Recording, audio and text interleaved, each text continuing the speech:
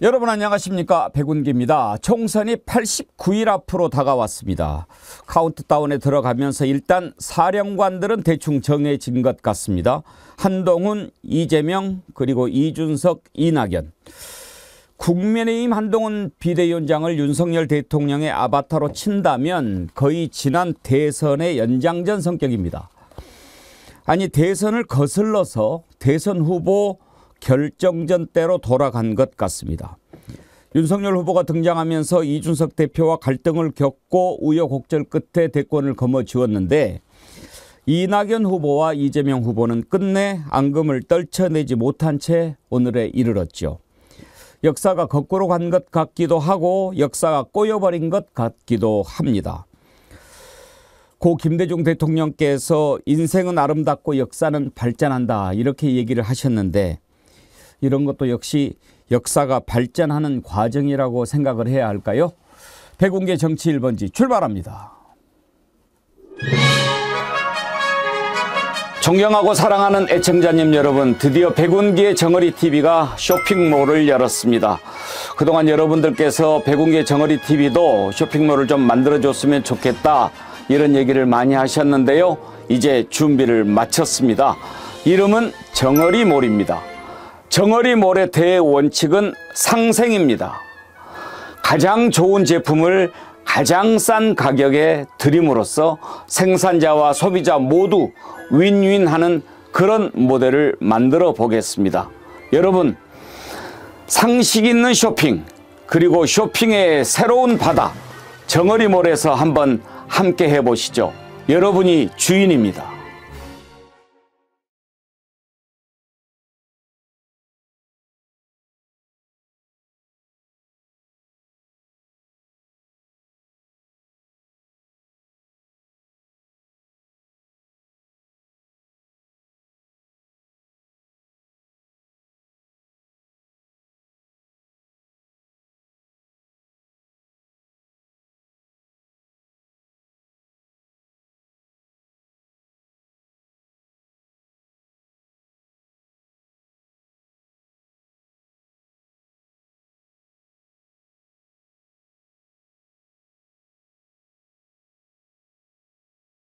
광고 보고 오셨는데요.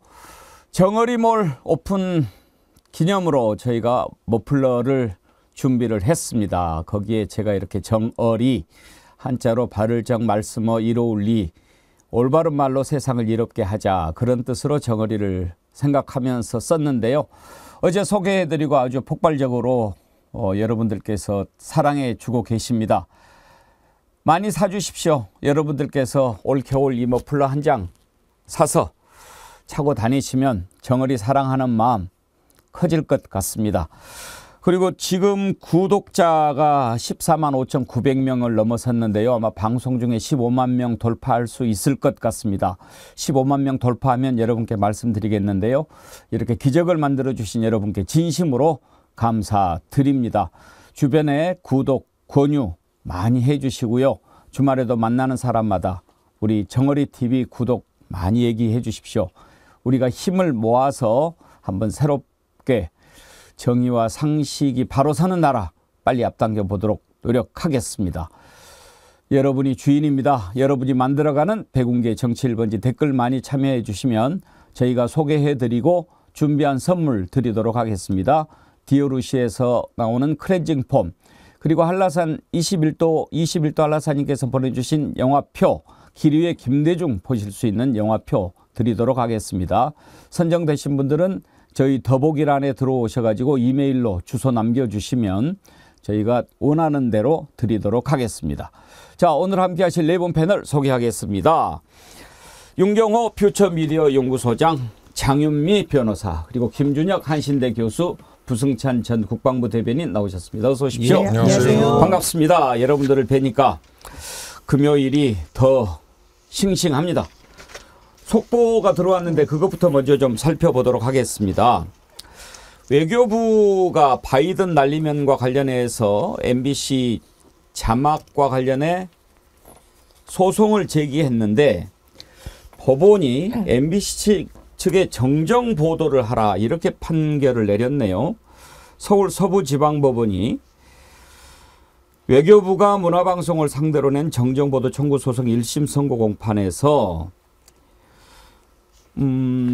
대통령실은 일단 해당 발언이 바이든이 아니라 날리면이었다 이렇게 하면서 보도가 허위라고 반박했고 정정보도 청구 소송을 제기했는데 재판부 판결문을 보니까 피고는 이 사건 판결 확정 후 최초로 방송되는 뉴스데스크 프로그램 첫머리에 진행자로 하여금 별지 기재 정정 보도문을 통상적인 진행 속도로 1회 낭독하게 하고 낭독하는 동안 위 정정 보도문 제목과 본문을 통상의 프로그램 자막 같은 글자체와 크기로 표기하라.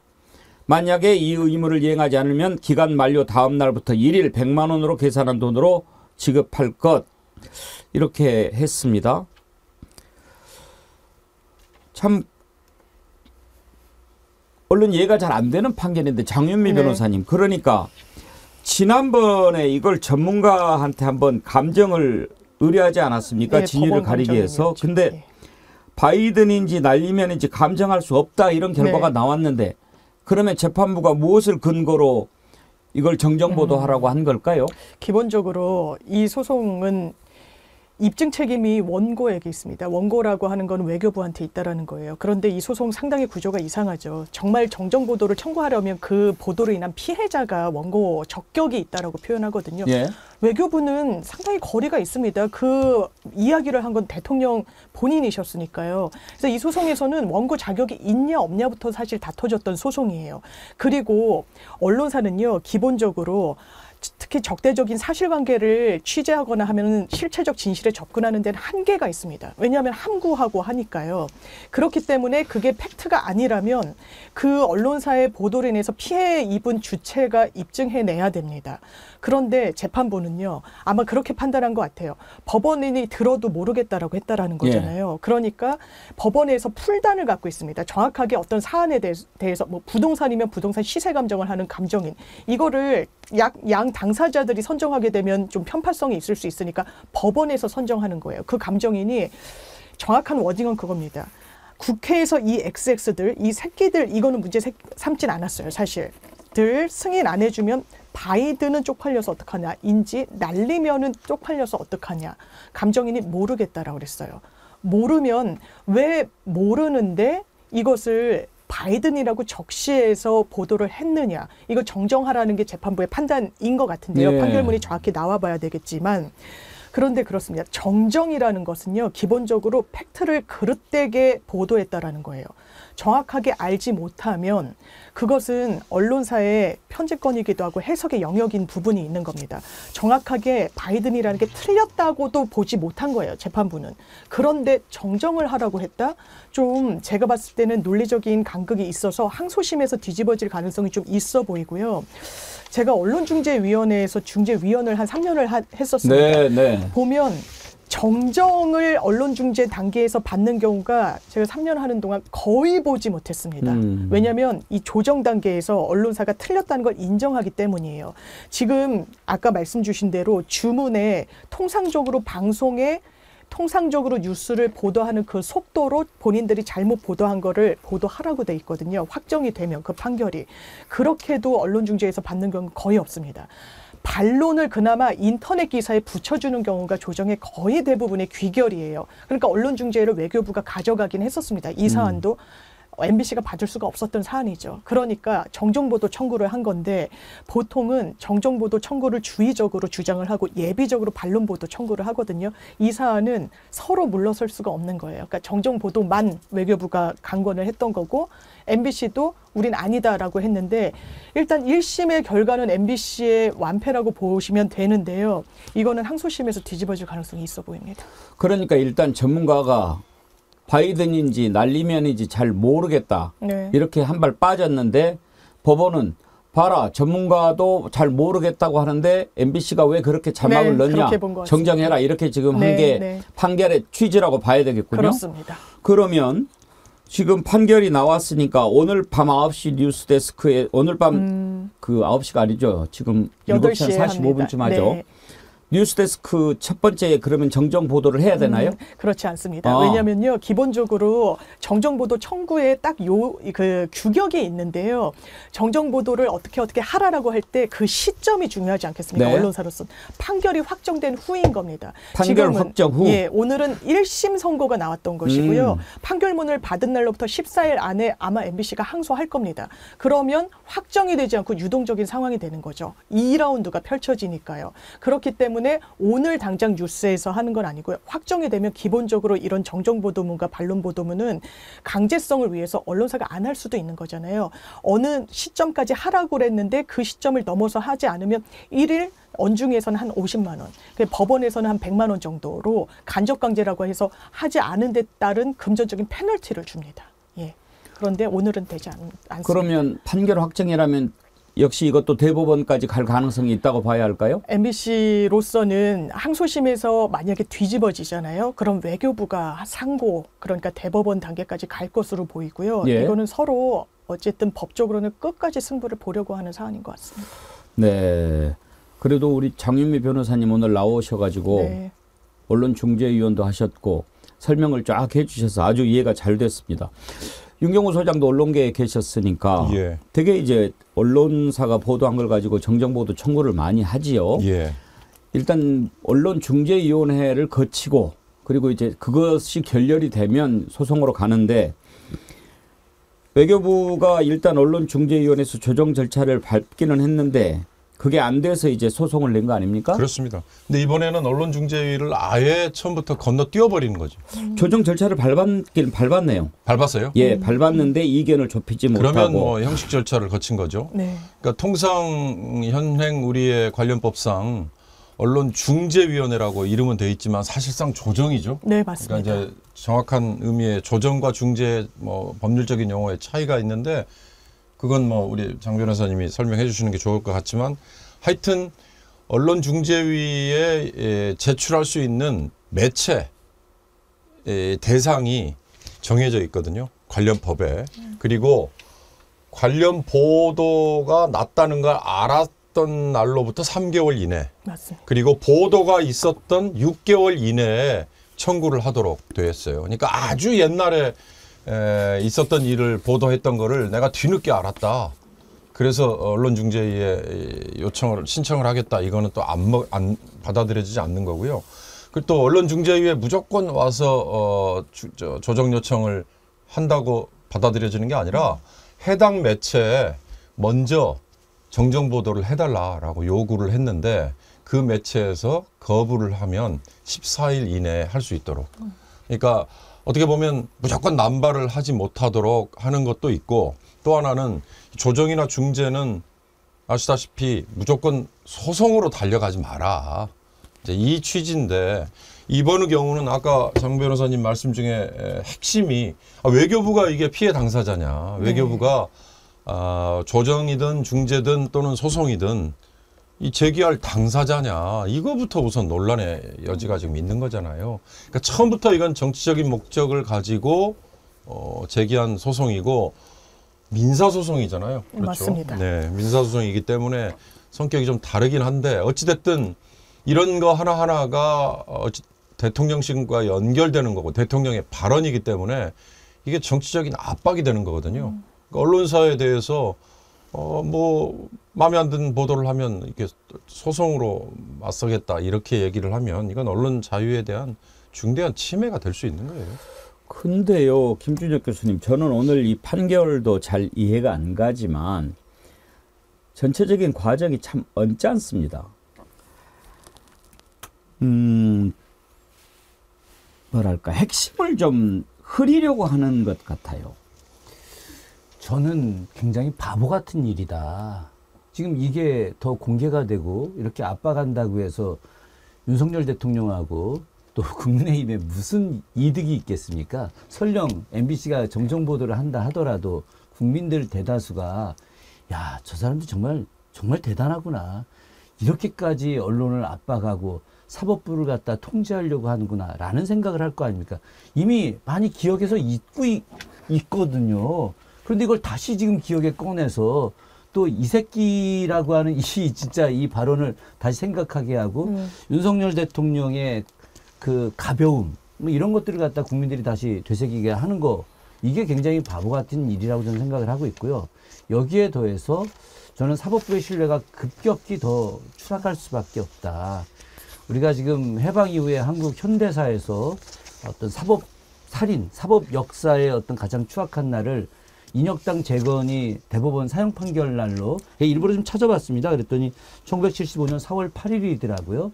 그래서 그 뒤에 8시간 만에 그 도혜종, 뭐 여정남, 이수병 열사 이분들 해서 8분이 이제 돌아가셨는데 사실 뭐 이 사건만큼 큰 어떤 사법적 그런 잘못된 판결은 아닐 수 있겠지만 그러나 우리 국민들이 봤을 때 야, 이 사법부가 정말 이 정권에 휘둘리고 있구나. 우리의 마지막 인권의 보루는 사법부였는데 사법부를 이제 더 이상 신뢰할 수 없겠구나. 이거 국가 기강 전체가 사라지는 거거든요. 이게 작은 판결 같지만 국민들에 대한 그 신뢰감 무너지고 절망감은 더 커질 수밖에 없기 때문에 굉장히 오늘은 우울한 날이 될 것 같습니다.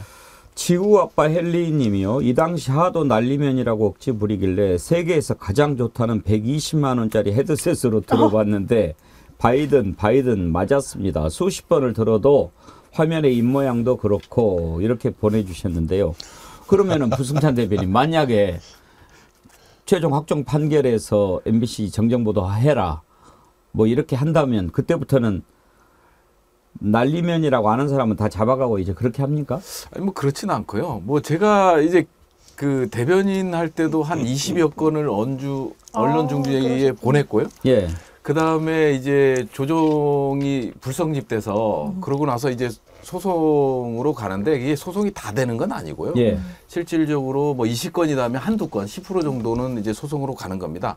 근데 이 정도 대통령이 이제 워딩을 가지고 하는 거기 때문에 정치적으로 상당히 민감한 부분이고 이게 자칫 한쪽이 이 정부의 신뢰를 잃는 거기 때문에 당연히 정부에서는 이게 바로 할 수밖에 없는 그런 상황이거든요. 예. 그런 상황이긴 한데 야 이게 제 그 책의 가처분하고도 네. 연관이 되더라고요. 그렇죠. 이 사법부가 왜 제 책에 1심에서 저도 가처분해서 이제 정부 측이 이제 패소를 했거든요. 근데 2심에서는 항고심에서는 또 정부 측이 승소를 했어요. 일부 인용이 되면서 6페이지 정도가 이제 가려서 출판을 해라 이런 판단을 했는데 그거에 대해서 저희는 이의 신청을 했거든요. 이의 신청을 했는데 판사의 얘기가 저는 납득이 안 되는 거예요. 네. 뭐냐 하면 군사 기밀인지 아닌지는 이 법원에서 판단하는 게 아니다. 다만 군사 기밀로 등재돼 있다고 원고 측에서 주장하니 일부 인용해야 된다. 이런 결정문이랑 이의 신청 때도 비슷하게 나왔거든요. 그냥 이해가 안 되는데. 이게 비슷한 것 같아요. 결론은 알지 못하면서 교통정리를 해주는 사법부가 교통정리를 해주는 거잖아요. 거의 제 사건이랑 좀 비슷하지 않나 하는 생각이 들거든요. 결론은 나는 모르겠어. 하지만 결론을 모르기 때문에 니네도 모르는 거 아니야. 그러면 정정 보도를 해. 이런 건데 가장 중요한 거는요. 가장 중요한 포인트는 뭐냐 하면 제목입니다. 이 판결에서 패소했을 때 일부 인용이 되든 뭐가 되든 패소했을 때요. 제목이 너무 자극적이에요. 판결문에는 내용을 보면 이게 사법부도 판단하기 어렵다고 하는 거거든요. 근데 제목을 보면 정부 승리 그 다음에 MBC 완패 이런 식으로 다 나오잖아요. 그러면 국민들은 내용을 보지 않아요. 국민들은 내용을 보지 않기 때문에 제목만 보고 거봐 사법부에서 MBC가 잘못 보도했다고 잘못 자막 달았다고 이렇게 인식을 해버리는 게 가장 큰 문제다. 저는 그렇게 보거든요. 그래서 판결에 있어서도 이런 거에 대해서는 판사들이 이런 것도 고려를 해야 된다. 우리도 어떤 잘못된 보도가 나오잖아요. 그럼 예. 국방부 대변인 할 때는요. 내용은 관심이 없어요. 일단 제목만 고치려고 노력하거든요. 국방부 대변인 하셨으니까 국방부에서는 아마 이 언론 중재라든지 정정보도 할 것이 다른 부처보다 더 많죠. 많을 것 같아요. 왜냐하면 안보 관련된 네. 내용이 많으니까 예. 공개해서는 안 되는 부분들도 있고 또 국가 안보에 심각한 위협을 가할 수도 있다. 뭐 이런 판단들을 막 하니까. 예. 그런데 그럴 때 언론 중재위 가는 거 또 소송까지 가는 거 이건 누가 판단합니까 최종? 최종 국방부 장관이 판단을 하는데 실질적으로는 실무진이 다 모이죠. 그리고 이제 법무 검토를 마치고 법무부가 검토를 마친 상태에서 정리가 되면 장관께 보고하고 아 이거는 언중이 가자. 그다음에 이거는 그냥 바로 소송으로 가자. 이렇게 결정을 하는 겁니다. 그런데 제가 아까도 말씀드렸는데요. 제가 뭐가 얹었냐면요. 자, 국민들이 들었지 않습니까? 근데 이제 국민이 들은 내용은 뭐 지금 갑자기 준비가 안 돼서 다시 들어보기는 힘들겠습니다만 맨 처음에 욕설부터 나오죠. 이 새끼들이. 새끼 부분은 반박을 그때 못했죠. 네, 안 했습니다. 그건 예. 다툴 수도 없었던 거죠. 너무 명징해서. 그러니까. 그런데 이제 잘 안 들리는 부분이 바이든이냐 날리면이냐 이렇게 이제 헷갈렸던 것들인데 바이든 날리면 그 바이든이 이번 그때 당시 윤석열 대통령의 발언 중에 가장 문제가 되는 내용입니까? 저는 그걸 좀 따지고 싶은 거예요. 한 나라의 대통령이 우리 국민들이 듣는데 욕설을 쓰고 쪽팔려서 어떡하냐. 쪽팔려서도 아마 문제 안 삼았을 것 같은데요. 네, 맞습니다. 그러면 바이든이면 이게 정말 큰 문제가 되고 이 새끼들이 우리나라 국회의원들이면 그거는 문제가 안 되고 그런 겁니까? 일단 기본적으로 그 국민들의 65%가 당시 다 바이든이라고 들었다고 여론조사가 나왔었어요. 당시에 제 기억에 의하면은 그러면 이 나라 국민의 65%는 청맹관이냐 이게 다들 눈뜬 장님이고 서 있는 귀머거리냐 이런 이야기가 나올 수 있거든요. 사실 국민들을 갖다 굉장히 무시하는 듯한 그런 내용들인데 조금 전에 앵커님께서도 말씀하셨지만 김은혜 당시 홍보수석이 뭐라고 이야기했냐면 이것들이 이 대상이 바이든이 아니라 대한민국 국회였다라고 했는데 이 내용과 관련해서 당시에 국회의장부터 시작해서 국회의원들이 제대로 된 반박도 하지 못했었습니다. 이건 대한민국 국회와 국민들을 무시하는 듯한 발언이었죠. 근데 그 앞에 정황을 보게 되면 윤석열 대통령이 그 앞에서 이제 그 직전에 바이든 대통령과 이제 인사를 나누려고 했는데 바이든 대통령이 계속 안 쳐다보고 왔다 갔다 하고 그래서 그때 뭐 53초인가 뭐 몇 초 막 이런 이야기가 나왔죠. 이제 그런 부분에 대해서 그 내각 강요들한테 자기가 무시당하지 않았다는 걸 의도적으로 과시하기 위해서 그런 이제 행동과 언어가 나왔다고는 생각을 하는데 문제는 그 국민들이 다 바이든이라고 들은 부분에 대해서 이것을 전혀 아니다라고 계속 우기는 이 정부의 태도도 문제이고 지금까지 이것을 다시 소송하겠다라고 하는 것 자체가 얼마나 대한민국 국민들을 무시하면서 자기들의 입맛에 따라서 하려고 하는지 난 이게 더 문제라고 생각을 합니다. 그 영상 준비가 됐다고 하는데 정말 궁금하니까 한번 집중해서 다시 한번 들어봅시다. 승인 안 해주고 만들면 쪽팔려서 승인 안 해주고 만들면 쪽팔려서 승인 안 해주고 만들면 쪽팔려서 지금 다시 한번 들어봐 주십시오.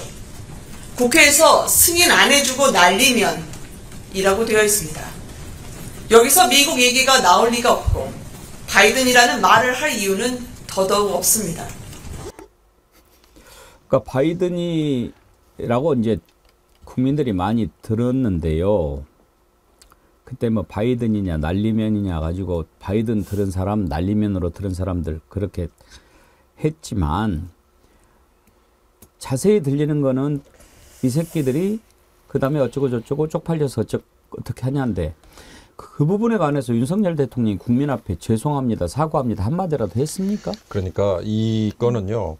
사후에 대처하는 과정에서 보여준 독선과 정말 일방통행 이게 더 문제인 거죠.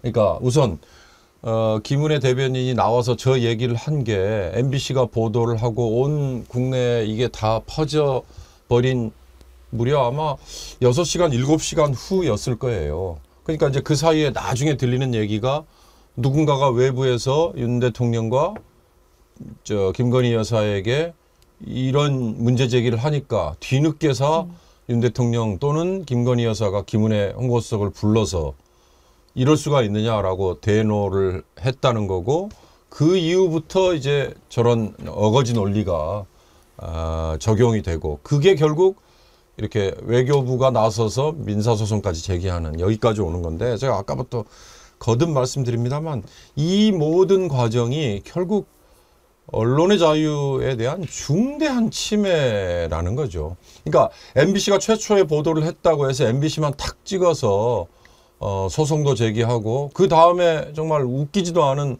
MBC 기자는 전용기에 태우지도 않는 그런 어처구니 없는 정말 어린애들 장난 같은 그런 행태가 이어졌잖아요. 그러면 다른 매체들은 MBC를 보고 그러면 따라갔느냐, 아니면 지금 일반 국민도 듣기에 이 새끼들 바이든이라고 하는 그걸 자기들이 알아서 판단해서 자막에 그럼 올렸느냐, 이걸 그럼 또 규명을 해봐야 될 거 아니에요.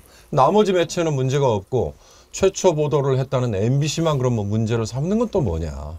그러니까 이 아까 우리 김준혁 교수님 말씀이 저는 정말 공감이 가요.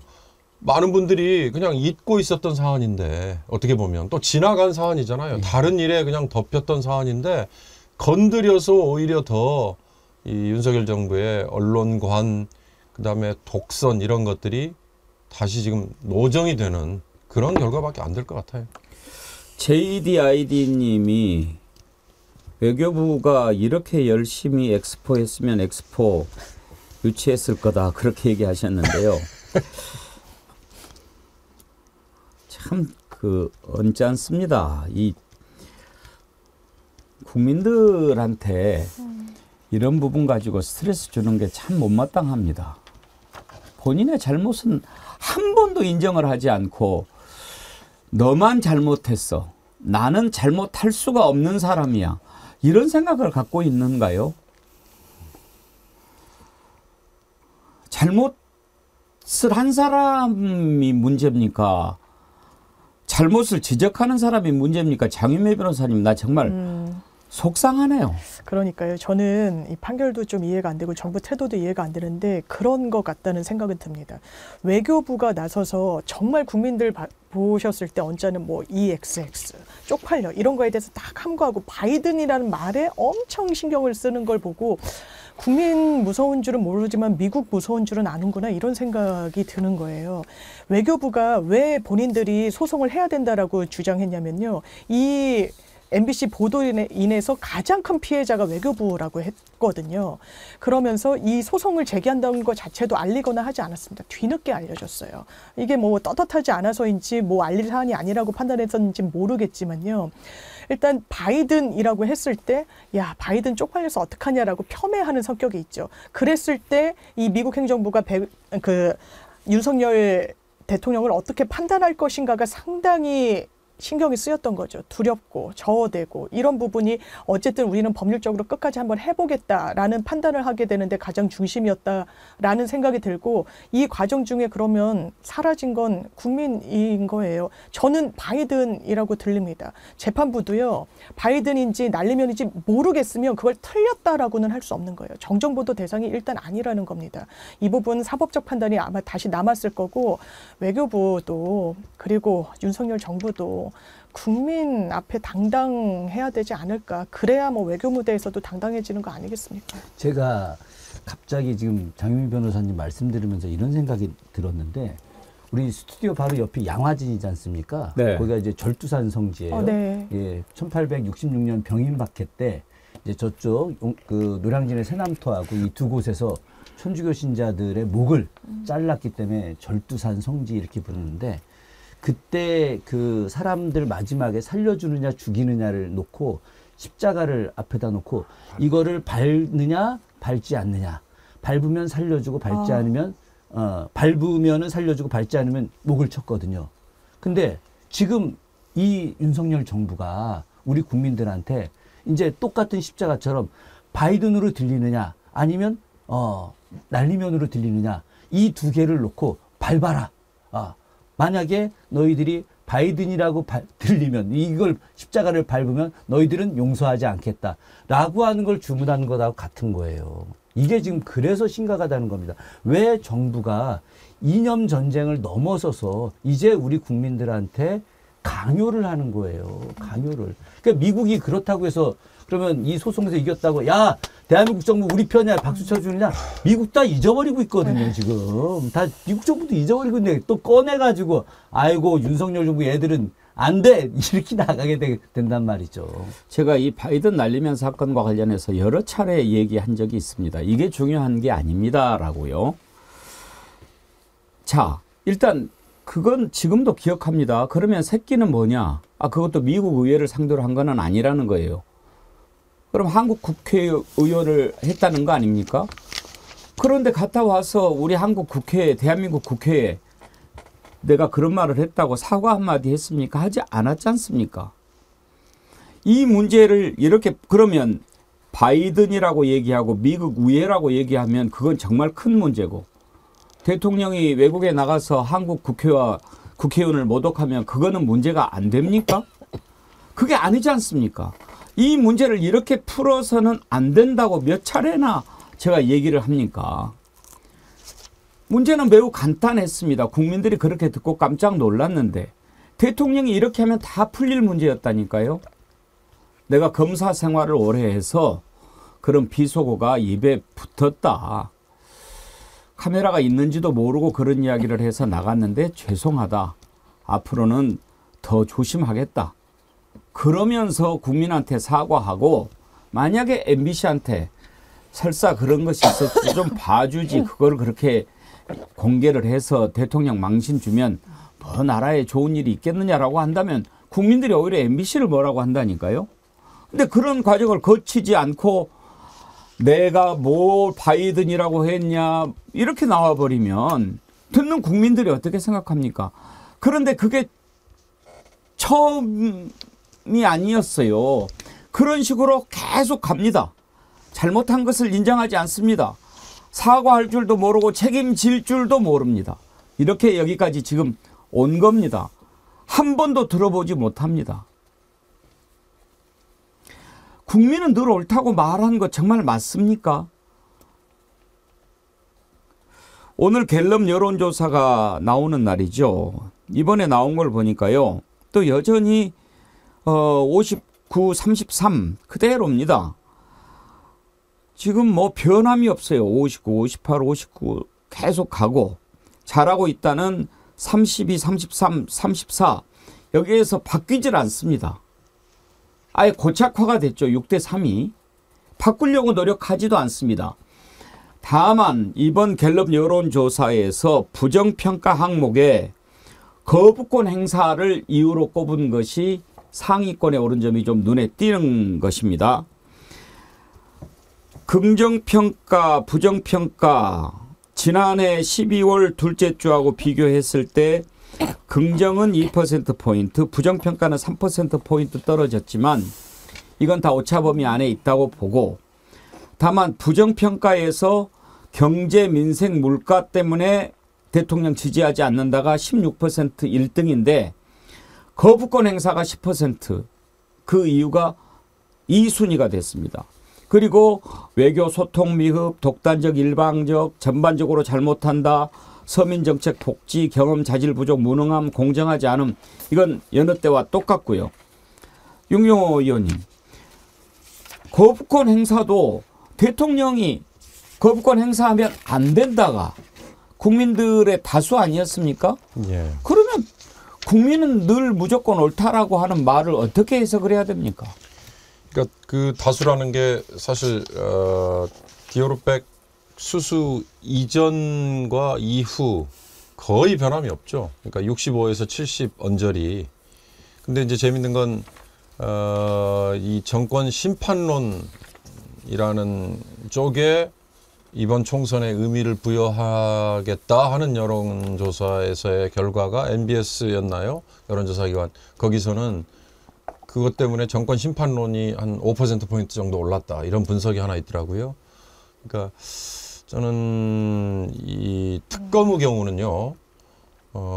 본인의 가족, 배우자를 위해서 이게 사적인 목적 때문에 대통령의 거부권, 그러니까 국회가 통과시킨 법안에 대한 부의 요구권 이렇게 표현은 하지만 이 윤석열 정부 들어서서 양곡법으로부터 시작된 이 거부권이라는 게 그 이전 대통령 때는 7년 동안 없었던 일이었다는 게 오히려 더 눈에 띄더라고요. 그만큼 의회의 권한에 대해서 행정부의 수반인 대통령이 존중할 수밖에 없고 따라갈 수밖에 없다는 거지 않습니까? 그게 바로 상권 분립의 기본 정신이고, 그러니까 그 이전에 보수 정부의 대통령조차도 함부로 행사하지 않았던 거잖아요. 근데 왜 이 정부는 유독 양곡법, 간호법, 방송 3법 그리고 급기야 이제 본인의 배우자와 연결된 특검법 거기에 한술 더 떠서 사실 저는 50억 대장동 관련된 검찰 관련 인사들의 카르텔의 전형이라고 얘기하는 50억 특검법까지도 뭉개버리는 게 정말 저는 더 안타깝고 이해를 할 수가 없었거든요. 근데 이제 한술 더 떠서 엊그제 통과된 이태원 특별법, 참사 특별법조차도 지금 또 거부권을 행사하겠다라는 건데요. 국민들에게 이 대통령의 거부권 행사라는 게 대통령한테 주어진 권한이니까 할 수 있는 거다. 결코 그렇게 생각하지 않을 거예요. 저는 그런 말씀을 한번 드린 적이 있습니다만 대통령이 거부권 행사를 이렇게 남발하고 어떻게 보면 철학 없이 그냥 휘두르는 거를 제동을 걸 수 있는 방법이 있습니다. 국회에서 200석 이상을 야당이 차지하면 되잖아요. 꼭 그 200석을 무슨 탄핵과 연결시키고 이런 것 때문에 민감한 걸 건드리지 말고요. 상권 분립의 이 기본 정신을 깨는 윤석열 정부를 이 제동을 걸려면 이번 총선에서 야당에게 200석을 주십시오라는 요청과 호소를 하도록 만드는 게 지금의 윤석열 대통령의 거부권 행사 남발이다. 그런 생각이 들어요. 자, 정영돌님, 앵커님 아무리 해봐도 입만 아프지 쇠기의 경일기입니다. 그래서 더 속상한 거죠. 김일웅님, 앵커님 사과는 용기가 있는 자만이 할 수 있는 특권입니다. 전에 방송 중에 김준혁 교수님께서 발언한 윤석열은 쫄보다라는 발언에 10분 동의합니다. 사과는 용기가 있어야 할 수 있는 행동입니다. 그렇죠? 예, 그럼요. 저 윤경호 선생님 말씀 들으면서 그런 생각이 들었습니다. 참 옛날 사람들도 그 하늘도 알고 또 사람도 알고 왕도 알았다. 그 고구려의 시조세가 우리가 삼조고라고 하지 않습니까? 까마귀가 발이 3개예요. 왜 까마귀가 발이 3개일까? 고구려 사람들이 나라가 안정되게 운영하려면 하늘의 두려움을 알아야 되고 왕의 존귀함도 알아야 되지만 가장 중요한 백성들의 귀함을 알아야 된다. 그래서 이게 삼조고가 된 거거든요. 하다못해 우리 고대 사람들도 이렇게 균형을 잡으려고 노력을 하면서 삼조고를 상징으로 내세웠는데 지금 윤석열 정부가 그 이전 보수 정부하고 달리 이제 국회 권위를 갖다 완전히 무시한 겁니다. 행정부, 입법부, 사법부가 함께 어우러지는 이런 국가 운영 체제를 갖다 지금 붕괴시킨 거거든요. 오늘 조금 전에 지금 이 사법부의 이런 참 국민들이 불신할 수밖에 없는 판결에 대해서 논의가 됐는데 이게 어떻게 된 거냐. 행정부의 권한이 너무 막강하다 보니까 검찰이라고 하는 이 조직을 동원해서 행정부가 군림을 하니까 행정부를 통해서 입법부, 사법부가 이제 뭐 아무런 소용이 없게 돼버렸지 않습니까? 이 국가 운영이 제대로 되겠냐고요. 임금님도 백성들한테 미안하다고 하신 적 있나요? 아이 그럼요. 수도 없이 하죠. 국왕이. 이 짐이 불민해서 이런 일이 생겼다. 과인이 부족해서 이런 일이 생겼다. 용서해달라. 수도 없이 이야기를 하죠. 임금님도 그랬는데. 자, 다음으로 넘어가겠습니다. 어제 이낙연 전 대표가 탈당을 선언했는데 이제 그 이후에 이렇게 흘러가는 걸 보면 좀 뭔가 역사가 좀 꼬여간다 하는 그런 느낌이 듭니다. 총선을 앞두고 탈당을 했어요. 그러면 이제 신당을 만들어서 뭐 총선에서 의석을 많이 차지하려고 하는 것이 상식 아니겠습니까? 그런데 어제 나는 총선에 출마하지 않겠다. 또 그런 이야기를 했습니다. 그러면 뭘 노리는가? 이게 궁금한 게 첫 번째고요. 그러면 앞으로 가는 것은 어떤 방향으로 갈 것인가 하는 건데 결국은 그러면 대선이 목표인가 하는 거죠. 왜 지금 총선이 당장 눈앞의 과제인데 대선 쪽으로 방향을 잡고 가야 하는가? 이 부분이 좀 쉽게 이해가 잘 안 돼서 그런 내용을 한번 짚어보면서 패널들과 함께 얘기를 해보려고 합니다. 먼저 이낙연 전 대표가 어제 탈당하면서 했던 발언 중에 개헌을 해서 대통령 권력을 최대한 분산해야 된다라고 얘기한 부분이 있는데 어제는 좀 그냥 그렇게 들었는데 총선 출마하지 않고 대선 얘기가 나오면서 이 부분이 좀 더 주목이 되는 거거든요. 한번 들어보시죠. 그러나 민주당은 저를 포함한 오랜 당원들에게 이미 낯선 집이 됐습니다. 민주당이 자랑했던 김대중과 노무현의 정신과 가치와 품격은 사라지고 폭력적이고 저급한 언동이 횡행하는 1인 정당, 방탄 정당으로 변질했습니다. 민주당의 정신과 가치를 지키고 구현할 만한 젊은 국회의원들이 잇따라 출마를 포기하는 지경에 이르렀습니다. 당내 비판자와 저의 지지자들은 2년 동안 전국에서 수박으로 모멸받고 처단의 대상으로 공격받았습니다. 저는 그러한 잔인한 현실이 개선되기를 바랐지만 오히려 악화됐습니다. 포용과 통합의 김대중 정신은 실종됐습니다. 정치를 이대로 두어서는 안 됩니다. 이제는 바꿔야 됩니다. 저는 미국과 독일에서 1년 넘게 공부하면서 확실히 배웠습니다. 미국은 양당제 속에서 분열의 늪에 빠져 헤어나지 못하고 있습니다. 독일은 다당제로 극단의 정치를 피하면서 분열을 극복하고 있습니다. 우리도 혐오와 증오의 양당제를 끝내고 타협과 조정의 다당제를 시작해야 합니다. 4월 총선이 그 출발이 되도록 국민 여러분께서 도와주시기 바랍니다. 다당제 실현과 함께 개헌을 통해 분권형 대통령제를 도입했으면 합니다. 현재의 대통령제는 검증되지 않은 인물이 집중된 최고 권력을 잡을 수도 있도록 되어 있습니다. 그 폐해를 우리는 진저리 치며 경험하고 있습니다. 현행 제도를 고쳐 대통령 후보를 철저히 검증하고 대통령의 권력을 최대한 분산해야 합니다. 그렇게 하면 지금 같은 위험을 줄일 수 있습니다. 그 발언을 다시 이렇게 이제 들어보니까요. 장윤미 변호사님 의견부터 한번 물어보고 싶은데요. 총선을 앞둔 상황에서 나온 메시지인가? 대선용 메시지인가? 지금 들어보면 약간 좀 헷갈려요. 저는요, 양당 측의 구조적인 문제를 제기하고 있는데 진정성은 없다라고 생각합니다. 왜냐하면 민주당에서 5선을 했어요. 전남지사를 했고 여러 주요 보직을 맡아왔습니다. 그동안 5선인가요? 4선인가요? 예, 5선 5선. 했습니다. 단 한 번도 양당 체계에 대한 문제의식 드러낸 적이 없습니다. 왜냐하면 그 수혜를 입었거든요. 그럴 때는 전혀 어떠한 문제 제기도 하지 않다가 지금 총선과 사실 머릿속엔 대선이 있겠죠. 총선 불출마 선언했죠. 어제 라디오 인터뷰에서. 그 말인즉슨 본인의 머릿속에는 총선이 있지 않다라는 겁니다. 민주당 안에 몸담고 있으면 대선 가도에 빨간불이 켜졌다고 판단하는 거겠죠.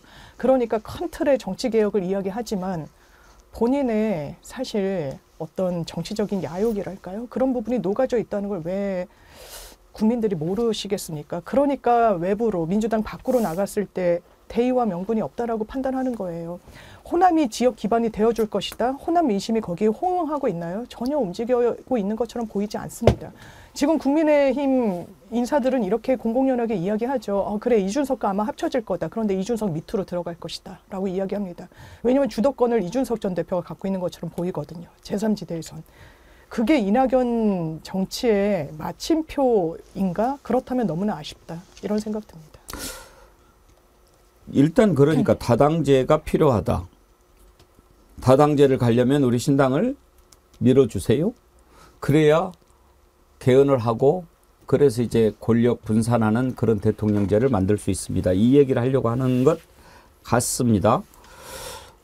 그런데 어제 탈당 선언하면서 그걸 꺼내든 이유가 뭘까가 궁금해지는 거거든요. 김준혁 교수님은 어떻게 분석하십니까? 저는 올 12월 안에 대선이 있을 거라고 생각하는 것 같아요. 그러니까 지금 뭐 거친 표현을 좀 쓰면은 숟가락을 좀 얹으려고 하는 거예요. 지금 이낙연 대표님이 숟가락을 얹으려고 하는데 숟가락을 얹는다는 것은 그 밥의 일부를 좀 먹으려고 하는 거잖아요. 숟가락을 얹으려고 하는데 밥 일부를 잠깐 떠먹는 것이 아니라 밥 공기뿐만 아니라 밥상 전체를 독차지하려고 하는 거다.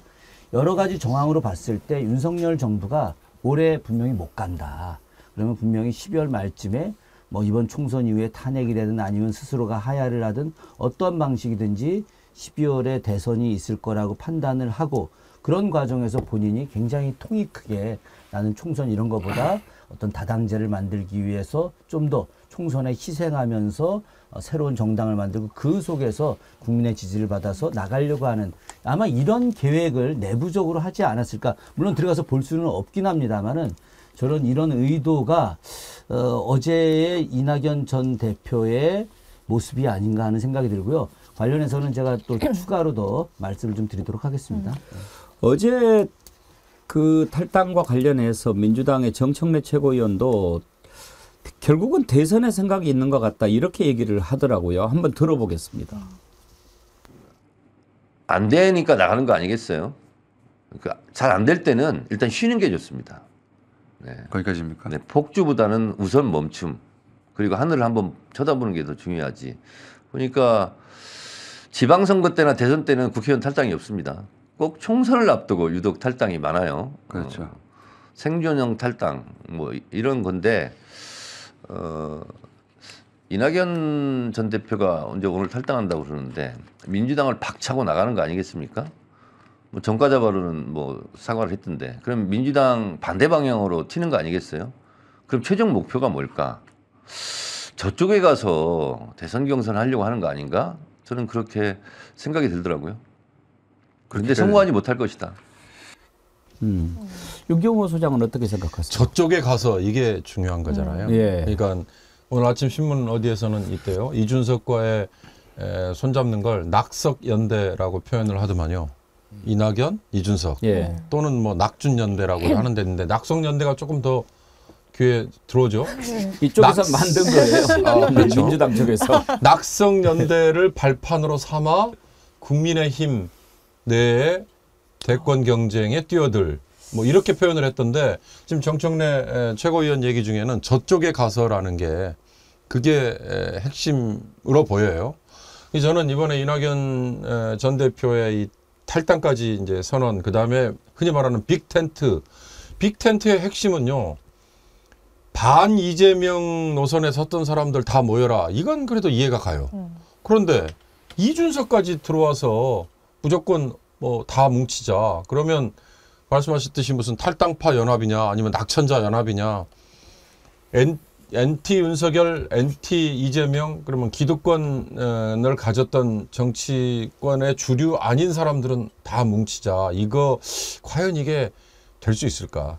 저는 이낙연 전 대표의 최근의 행보를 쭉 보면서 뭔가 그림을 본인이 그리고 있는 거는 같은데 정말 잘못 그리는 것 같다. 우선 몇 가지만 찍자면 작년이죠. 그러니까 재작년이네요. 벌써 2022년 예, 이재명 대표를 뽑았던 전당대회. 그때 박용진 혼자 나와서 물론 대표 경선을 했지만 나머지 최고위원 선거에서 이낙연 지지 세력을 동원을 하고 내가 나의 지지 세력이 건재하고 있다는 걸 보여줄 만큼 최고위원회 일정 부분 확보를 하고요. 나머지도 든든한 세력이 있다는 걸 보여줘서 당직자들을 좀 심어야 될 게 정상 아니에요? 근데 거기서 저는 이낙연 대표가 완전히 손을 놔버린 거나 마찬가지고, 손을 놔버린 이유는 뭘까? 실제로 별로 지지 기반이 없어서 그런 거 아닌가라는 생각이 들고요. 두 번째는 최근에 남평우라는 그 예. 측근이 느닷없이 나서서 대장동 핵심 정보를 기자들에게 준 건 나야 라고 한 이 얘기는 정말 뜬금없지 않습니까? 그 얘기를 남평우라는 핵심 측근이 얘기하는 순간 아, 이낙연 전 대표는 딴 생각을 이미 했구나 라는 걸 공개하는 순간 라는 생각이 들었고요. 그리고 세 번째 이제 조건으로 내들었던 게 이재명 대표 사퇴와 비대위 구성. 이 느닷없이 얘기했잖아요. 그런데 어찌됐든 정당에서 절차적 정당성, 민주적 정당성을 거쳐서 77.7%의 득표를 한 당대표에게 당신 물러나라. 무슨 뭐 유죄 판결을 받아서 타율적인 강제 때문에 안 된다. 이런 것도 아닌 상황에 과연 누가 어떤 자격으로 중간에 임기 전에 물러나라고 할 수 있을까. 그러니까 이낙연 전 대표가 정말 대선 후보로 자기가 다시 나서는 걸 꿈을 꾸고 있었다면 이제 생각해 보십시오. 민주당은 2024년 8월에 전당대회에 다음 지도부를 뽑을 거고 그 지도부를 뽑을 때는 대선 후보와 당대표를 겸할 수 없다라는 규정이 당연히 나올 거 아니에요. 그러면 그때 가서 본인이 정말 23년 동안 몸을 다 봤다고 하고 DJ 노무현을 얘기했다면 과연 이렇게 지금 상황에서 뛰쳐나가 가지고 하는 게 흔히 말하는 이번 총선의 화두인 윤석열 정권 심판 이거에 도움이 된다고 생각했을까? 그렇다면 정말 전체 그림을 너무나 잘못 그리고 판단도 잘못한 게 아닌가 그런 아쉬움이 좀 있습니다. 그러니까 이게 이제 해법을 제대로 찾지 않느냐 하는 건데요. 지금 윤경호 소장님 말씀하신 부분은 조금 이따가 조금 더 짚어볼 부분이 있고, 일단 부승찬 대변인께서 총선 출마하지 않겠다라고 하는 뜻은 뭐로 해석하시는지 한번 제가 듣고 싶은데요. 총선 출마하지 않겠다. 한동훈도 그랬고 그다음에 이제 이낙연도 그랬지 않습니까? 이건 그냥 명확히 얘기해서 대선 가도로 가겠다라는 겁니다. 대선 가도로 가겠다라는 건데 올해는 못 기다린다. 이 그 입장 탈당 선언문에도 다 나타나 있지 않습니까? 여기서 보여주는 게 가장 중요한 게요. 대한민국의 정치 현실과 권력 구조입니다. 이거는 대선 후보만이 할 수 있는 거거든요. 그럼 어떤 판단을 했느냐, 이낙연이 어떤 판단을 했느냐 하면 민주당은 탄핵에 있어서 미적미적 거릴 거다. 대통령 탄핵에서 미적미적 거릴 수밖에 없다. 결국은 이준석과 이낙연이 탄핵의 주도권을 질 수밖에 없다. 그래서 왜 이재명 대표의 민주당이 탄핵을 머뭇거릴 거라고? 아니 이제 민주당이 그동안 계속 이제 검사 탄핵부터 시작해서 역풍을 우려하는 것들을 많이 그동안 보여줬거든요. 그러다 보니까 이제 행정부의 권한이 쟤네는 의회는 국회는 마음대로 다뤄도 돼. 이런 생각을 한 거거든요. 그래서 국회에서 발의된 법안들에 대한 거부권을 행사하는 거거든요. 충분히 의회는 우리의 상대가 되지 않는다. 이런 생각을 하는 거예요. 그 다음에 아까 윤경호 소장님께서 말씀하셨지만 상권 분립에 있어서 가장 큰 문제점은 뭐냐면 막대한 권한을 가진 기관이 하나의 국가기관, 권력기관만 통제를 하고 제어를 하면 권력의 집중화를 이뤄낼 수 있다라는 겁니다. 그게 뭐냐면요. 대통령입니다. 근데 이제 사법부는 결국은 책임성에서 자유롭거든요. 견제와 균형의 대상이 아니에요. 한국은. 선출직이 아니거든요. 의회도 선출직이고 대통령, 행정부도 선출직이 이끌지만 사법부는 선출직이 아니에요. 어떤 판결을 하든 뭘 하든 간에 독립성을 보장받지 못해요. 이거를 대통령은 명확히 알고 있다. 그런 상태에서 의회 권력을 죽이는 거다. 그래서 우리는 상권 분립이 완벽히 정착된 그런 민주주의 공화국은 아니다라는 생각을 가졌고요. 그게 이제 대통령실이 지금과 같은 막대 먹은 행동을 하는 그게 하나의 변수다. 그렇게 볼 수 있을 거고요. 지금 봤을 때 저는 이준석이나 이낙연 이나 마찬가지라고 봐요. 지금 본인들의 설 자리는 탄핵밖에 없어요. 근데 국민의힘은 당연히 반대를 할 거지만 민주당은 머뭇거릴 거예요. 지난번 박근혜 탄핵 때도요. 민주당은 막판까지 탄핵에 대해서 반대를 했었어요. 그리고 광화문에 100만이 모였을 때 그때야 탄핵에 대해서 숟가락을 얹기 시작했거든요. 이거는 제가 봤을 때는 이낙연이 잘할 겁니다. 이낙연이 잘할 거고 이준석이 잘할 거기 때문에 여기서 주도권을 잡고 간다. 그래서 아까 12월 얘기하셨는데 대선 얘기를 하셨는데 지금 이 얘기는요. 완전히 대선 얘기예요. 그리고 이낙연하고 이준석이 손을 잡았을 때 두 명의 왕은 있을 수 없으니까 프랑스형 이원 집정부제로 가겠다라는 거거든요. 그래서 권력을 우리가 분점을 하자. 이 논리예요. 이게 다 좋은 말 같지만 미국의 양당제가 제도라는 게요. 그것만큼 좋은 게 없기 때문에 수십 년, 수백 년 가는 겁니다. 특별한 이벤트가 있어야 제도가 깨져요. 근데 미국의 양당제는 이 미국을 이끌어가는데 국가를 운영하고 있는 데 있어서 가장 최적의 제도이기 때문에 지금까지 유지되는 거거든요. 독일도 마찬가지예요. 그래서 이거는 그다음에 한국 같은 경우 과연 다당제를 이식했을 때 이게 제대로 될까요? 이게 정서, 문화의 영향을 많이 받습니다. 그렇기 때문에 이런 것들을 얘기하는 거는 지금 권력의 분점, 대통령 탄핵이라는 데 주도권을 잡고 가고 그다음에 우리가 나눠 먹어야 되니 권력의 분점을 얘기하는 거다. 저는 그렇게밖에 보이지 않아요. 자, 이제 어떤 점을 좀 생각해 보려고 하냐면요. 이게 경선 불복의 연장이라 하는 점에서 생각해 볼 수 있습니다. 재미있는 여론조사가 있었어요. 이거를 저희가 찾았는데 2년 전에 2021년 10월 14일 날 기사인데 그때 경선이 끝난 다음에 이재명 경기도지사가 경선을 거쳐 더불어민주당의 대선 후보로 선출됐지만 이낙연 전 민주당 대표 지지층 중 내년 선거 때 이 지사에게 투표하겠다는 이들의 비율이 15%에도 채 미치지 않는다는 여론조사 결과가 나왔다 하는 겁니다. 그러니까 이제 이게 오마이뉴스가 리얼미터에 의뢰해서 죄송합니다. 조사한 건데요.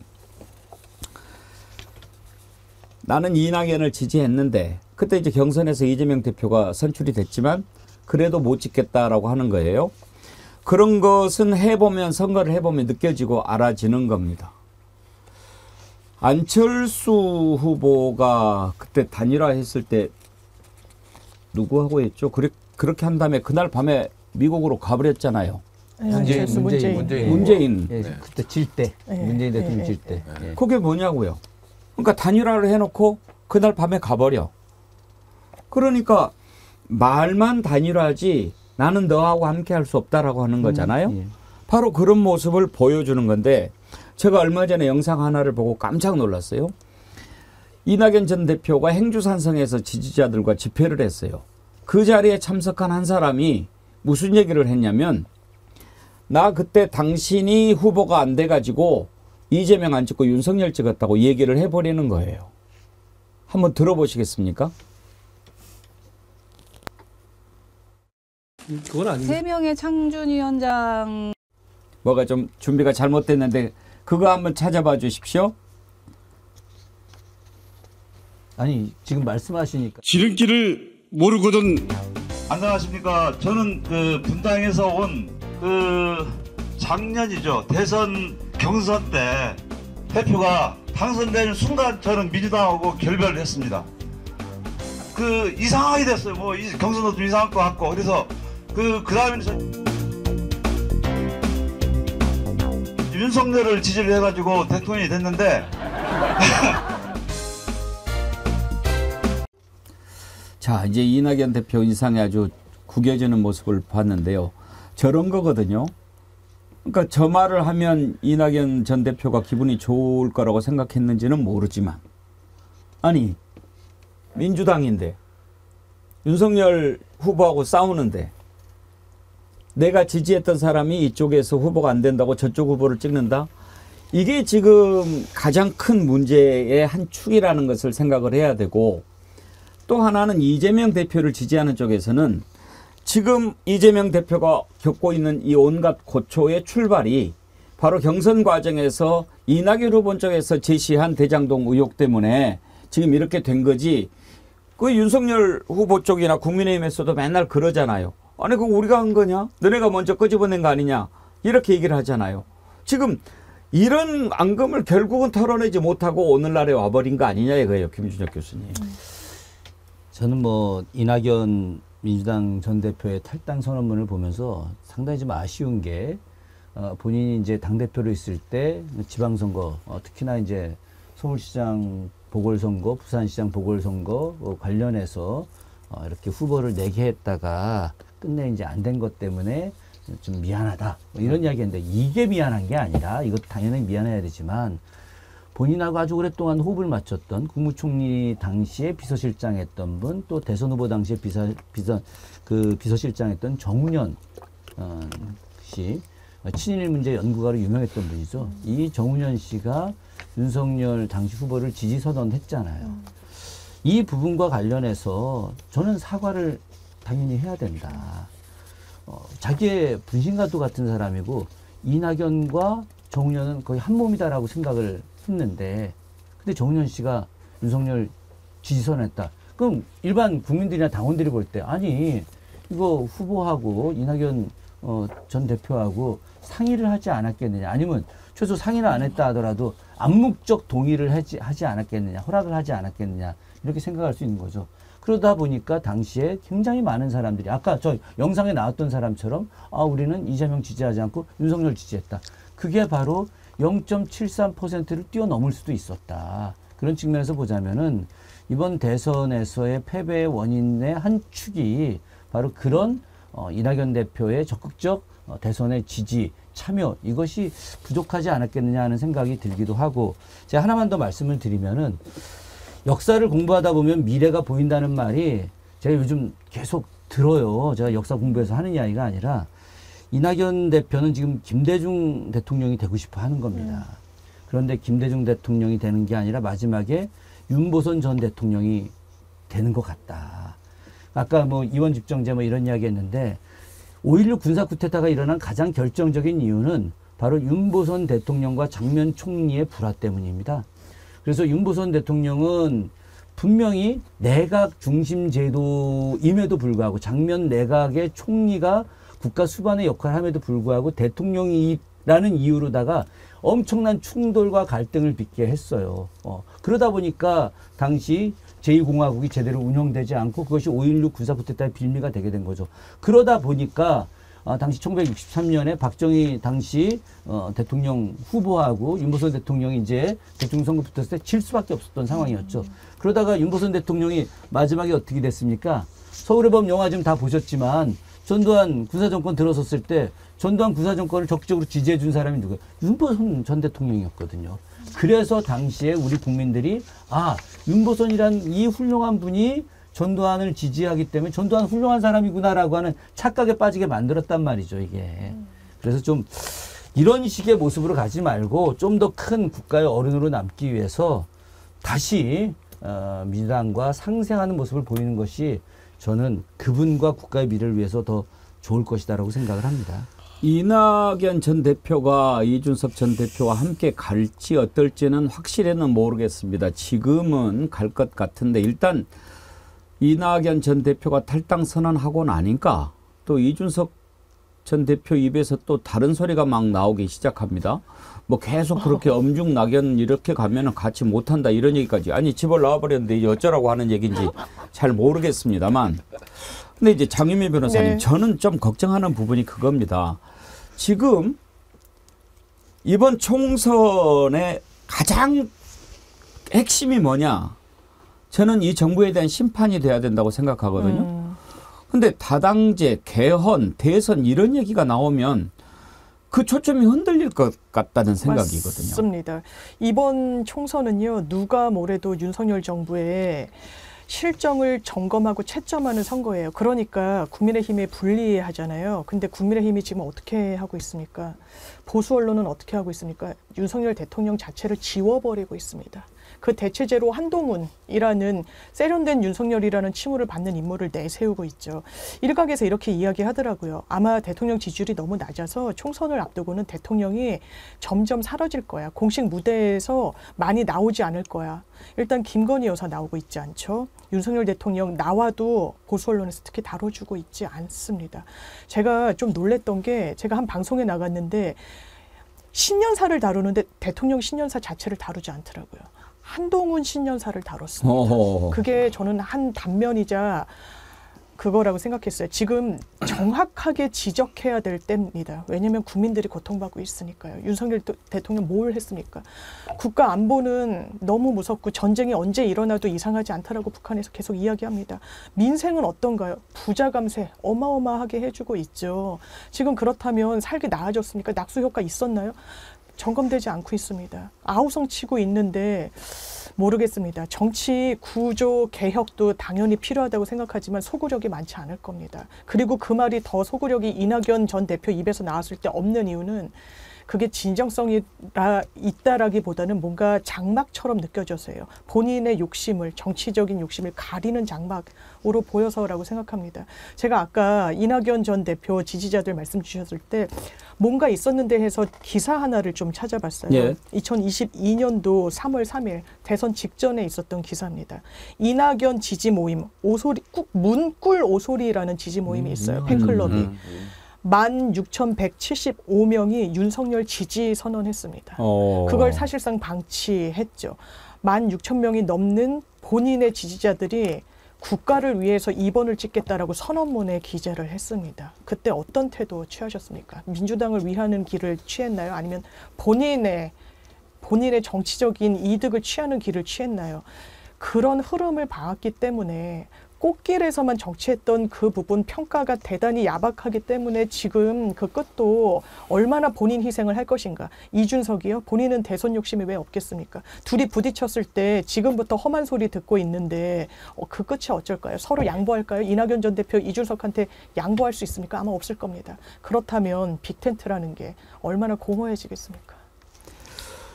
0.73% 차이였잖아요. 그렇죠. 윤경호 사장님. 결국은요. 0.35% 차이일 수도 있는 거예요. 이쪽으로 와야 할 표가 저쪽으로 가버린 것이니까요.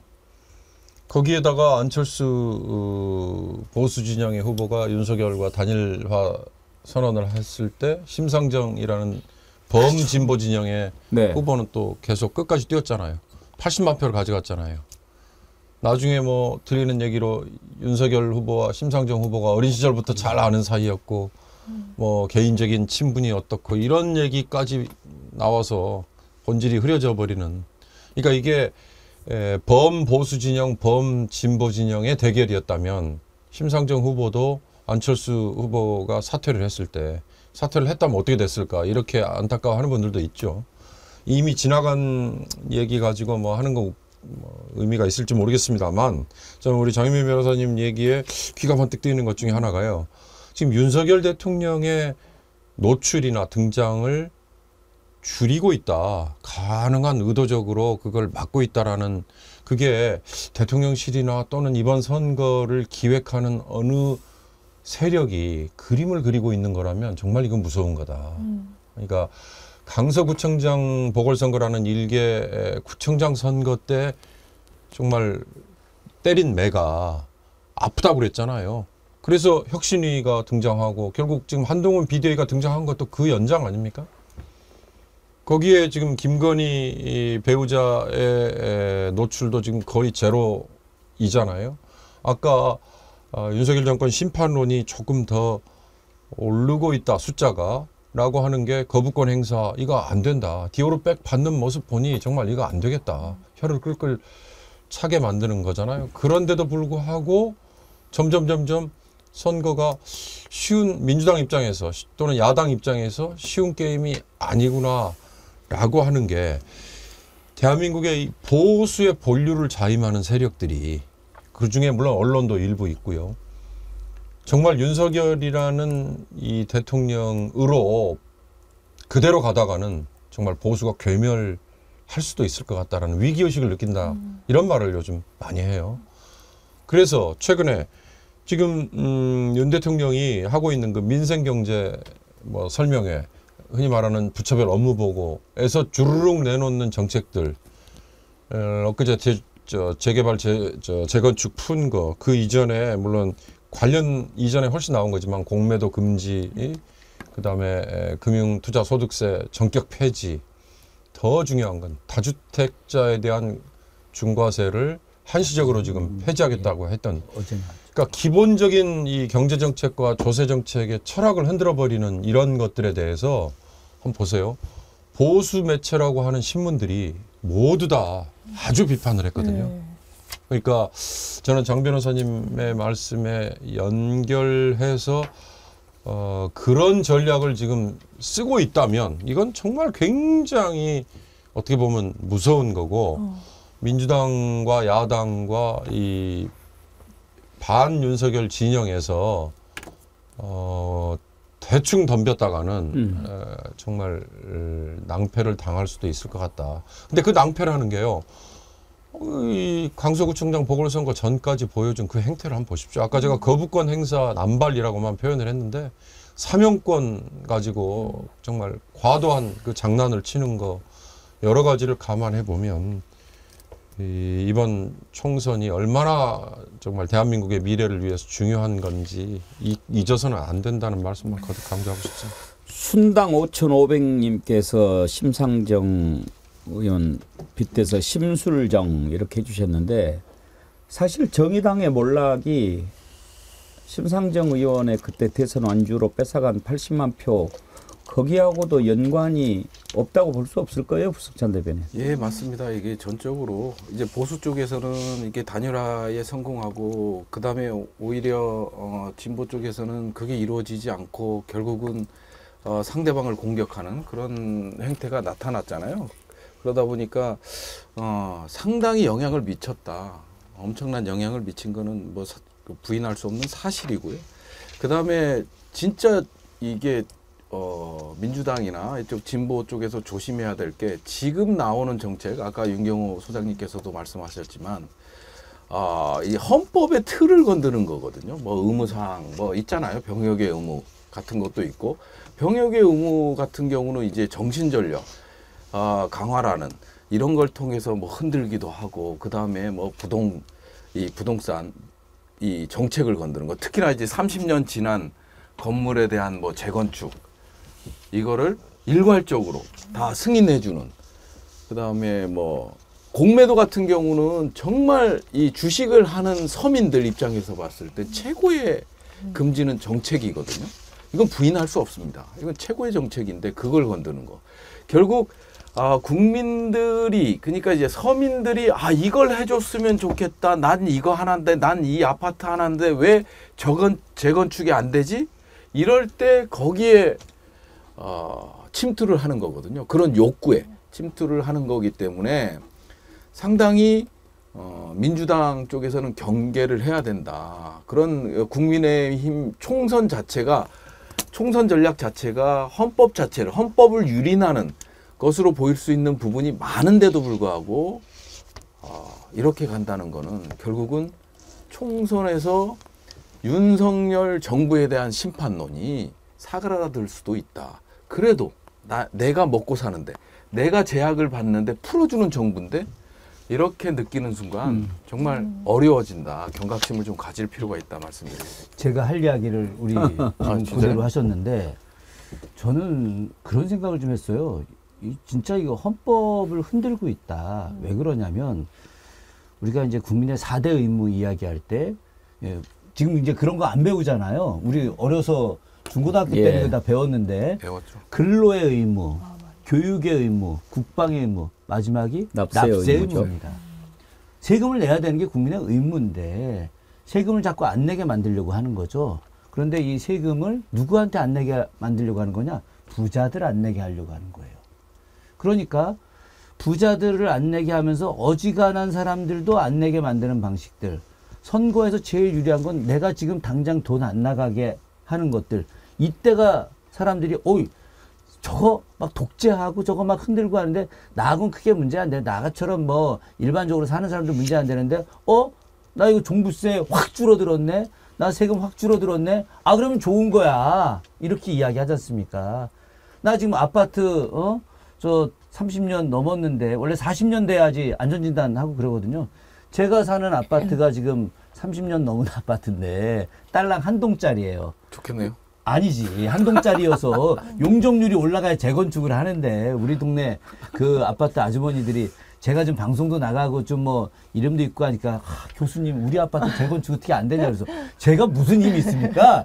이걸 어떻게 합니까? 그런데 교수님 얘기해서 용적률 이거 3배로 올리면은 우리 돈 안 내고 할 수 있지 않습니까? 이런 얘기 하는데 지금 윤석열 정부가 용적률도 500%로 올리겠다 지금 이러고 있잖아요. 그러면 기존에 30년 된 아파트들이 거주하는 사람들이 돈 하나도 안 내고 아파트 재건축해서 새 아파트 들어갈 수 있게 지금 되는 상황이에요. 예. 지금.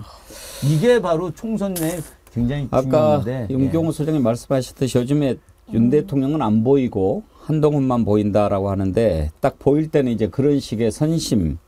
이은주 님이요. 윤 대통령의 관권 선거에 대해서도 심도 깊게 다뤄주세요. 이거 탄핵사항 아닙니까?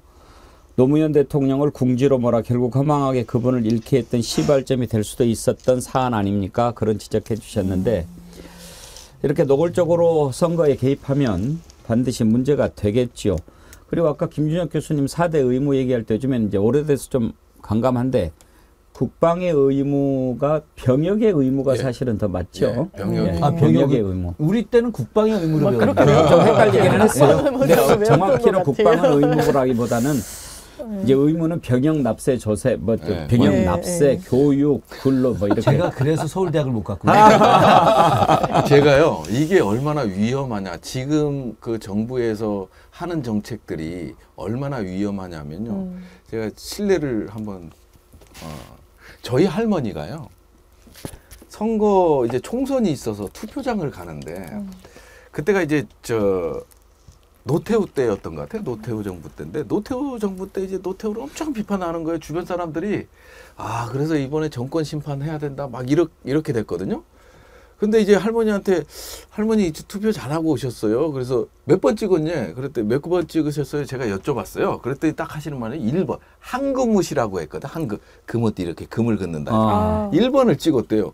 아니 할머니 제가 2번 찍으라고 몇 번 얘기했어요. 그랬더니 야 어제 저녁에 10만 원 받았어.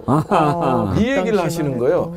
근데 그때 당시에는 금권 선거가 판을 쳤죠. 금권 선거가 판을 치고 그 다음에 이제 유권자가 몇 명이냐 한 가족에 몇 명이냐에 따라서 돈이 들어오는 것들을 제가 직접 어렸을 때 직접 목격도 하고 그랬었는데 지금은 돈을 주지 않는 금권 선거가 이루어지는 거예요. 지금 나오는 정책들이 진짜 서민들을 흔들거든요. 저희 할머니나 저희 가족들이 다 그때도 이제 진보를 선택하고 보수를 노태우 정부를 비판했지만 결국 투표장에서는 1번을 찍었다는 거예요. 그러니까 이번도 마찬가지거든. 나 윤석열이 싫어. 야 디올백 받고 어떻게 그럴 수 있어? 근데 우리의 욕구를 해결해 주는 거야. 부동산을 해결해 주는 거야. 내가 갖고 있는 게 딱 집 한 채인데 이걸 해결해 주는 거야. 그러다 보니까 이런 것들도 일종의 금권 선거다. 이게 어떻게 총선에 앞두고 이런 식으로 가냐. 이런 것도 상당히 지켜볼 만한 사안이다. 이렇게 볼 수 있습니다. 예, 자 끝으로 국민의힘 잠깐 좀 살펴보고 마치겠습니다. 어제 비대위원들 구성을 했는데요. 국민의힘이 비대위원장은 판사 출신이죠. 검사 출신 비대위원장, 판사 출신 공관위원장, 공천관리위원 구성했다를 제가 비대위원으로 잘못 얘기했네요. 그런데 이 공관위가 또 10명인데 그중에 가장 눈에 띄는 사람이 있습니다. 바로 이철규 인재영입위원장입니다. 누굽니까? 사무총장이 있었죠. 그러면서 보궐선거 참패 책임지고 다 물러났는데 혼자만 인재영입위원장으로 싹 빠져가지고 또 살아남았죠. 그런데 이번에 윤핵관 중에 윤핵관, 핵심 중에 핵심으로 지금 분류되는 이철규 전 사무총장이 공관위원이 되면서 결국은 그렇게 가는구나 이런 얘기가 나옵니다. 한동훈 비대위원장은 내가 대표인데 그렇게 갈 일 없다라고 얘기하는데 뭐 두고 봐야 되겠죠. 한동훈 비대위원장 얘기를 한번 들어보실까요? 그건 아닙니다. 지금 당을 이끌고 있는 것은 저입니다. 그리고 공천관리위원장께서도 계시고요. 저와 공천관리위원장께서 공정한 공천, 설득력 있는 공천, 이기는 공천을 할 겁니다. 저는 딱 그 생각만 할 거고 앞으로 보시면 그런 우려들은 기우였다고 생각하실 겁니다. 제가 처음에 여기 오기 전까지도 걱정하는 분들 많지 않았습니까? 저기 장동혁 사무총장님을 비롯했어요. 저는 선의를 가지고 열심히 할 거고 그 과정에서 그런 지적 많이 해주십시오. 그렇지만 다시 말씀드립니다. 제가 책임을 지고 이 당을 이끌고 있습니다. 이 당에 아는 사람이 없습니다. 그리고 당 외에 있는 사람을 아는 사람이라고 밀어줄 정도로 그렇게 멜랑콜릭한 사람도 아닙니다. 제가 이기는 공천, 설득력 있는 공천, 공정한 공천을 할 것이라는 말씀을 드립니다. 입장 바꿔 생각해 보십시오. 제가 왜 안 그러겠습니까? 근데요, 장윤매 변호사님, 네. 지금 뭐 이제 본인이 대표니까 알아서 하겠다는 것은 그거하고 잠깐 제가 좀 이해가 안 되는 부분이 있는데, 아는 사람 밀어줄 정도로 내가 멜랑꼴이 갈린 사람이 아니다라고 하는데, 멜랑꼴릭이 우울하다 뭐 이런 거 아니에요? 멜랑꼴리하다 뭐 이런 표현. 저기가 쓰잖아요. 지금 들어갈 말이 맞아요? 아니요. 영어 잘한다고 장관 된 사람 아니에요? 그렇죠. 아주 훌륭하다라고 했을 때 하나가 이제 컬럼비아 로스쿨에서 이제 수학을 했기 때문에 영어를 잘한다고 윤석열 대통령 얘기했는데, 저 화법을 보면요. 제목만 있고 내용이 없고, 언론에서 그렇게 썼더라고요. 전 총론만 있고 강론은 없고 스타일만 있고 사실 그 알맹이가 없는 느낌을 너무 강하게 받습니다. 대단히 업돼 있다는 평가는 여야 모두 좀 공유되고 있는 것 같아요. 굉장히 지금 업된 것 같습니다. 환호받고 박수받고 갈채받고 이 상황 속에서 다소 헤어나지 못하는 것 같은데, 나는 한다. 난 잘할 거다. 그것도 멋지게 할 거다. 다들 얘기하더라고요. 다음 주가 분수령이 될 거라는 겁니다. 이 멋진 말들을 어떤 강론으로 채워나갈지 과연 잘 채울까요? 지금 이철규 사무총장, 인재영입위원장, 공동인재영입위원장이죠. 제가 어떤 민주당 분들이랑 같이 있을 때 속보로 뜨더라고요. 어머, 이 공관위에 이철규 의원이 들어간단 말이야. 다소 이게 패착으로 느껴지는 그 흐름이 있습니다. 본인은 국회에 아는 사람 없다라고 그러죠. 원내 인사들 잘 모를 겁니다. 그렇기 때문에 유일한 소통 창구가 사실상 이철규 의원이 될 거예요. 장동혁 의원은 사실상 0.5선인가요? 이제 보궐선거로 들어오신 분이고요. 그렇다면 그 유일한 소통 창구가 건강하게 작동할 것인가? 아니요. 윤핵관을 벗어난 찐 윤핵관 아닙니까? 사실상 다 거세당했을 그 흐름 속에서 살아남은 생존자 아닙니까? 윤핵관 그룹에서요. 어떤 공천을 할까요? 어떤 당 운영이 있을까요? 이거 당내에서 분란 없겠습니까? 김용남 의원 오늘 탈당했습니다. 속았다라고 하면서 탈당했어요. 누구한테 속았다고 했냐면요. 윤석열에게 속았다라고 했습니다. 수원의 김용남이? 그렇습니다. 어젯밤에 술 엄청 먹은 것까지 제가 다 확인했거든요. 이수정. 수원이니까 아시겠네. 근데 왜 탈당했어요? 거기에 아주 오랫동안 한다고? 준비를 했는데, 아닙니다. 이수정이 아니라 산자부 장관은 박문규 장관. 박문규 장관을 거기 꽂았죠. 3개월 했습니다. 박문규 장관. 그러니까 김용남 의원은 지역에서 어쨌든 국민의힘 의원으로 한번 거기서 당선도 됐었고 출마도 했었고, 지난번 수원시장 출마도 종편 했었고. 나와서 그렇게 해줬는데. 그런데 잘렸죠. 짝사랑이었네.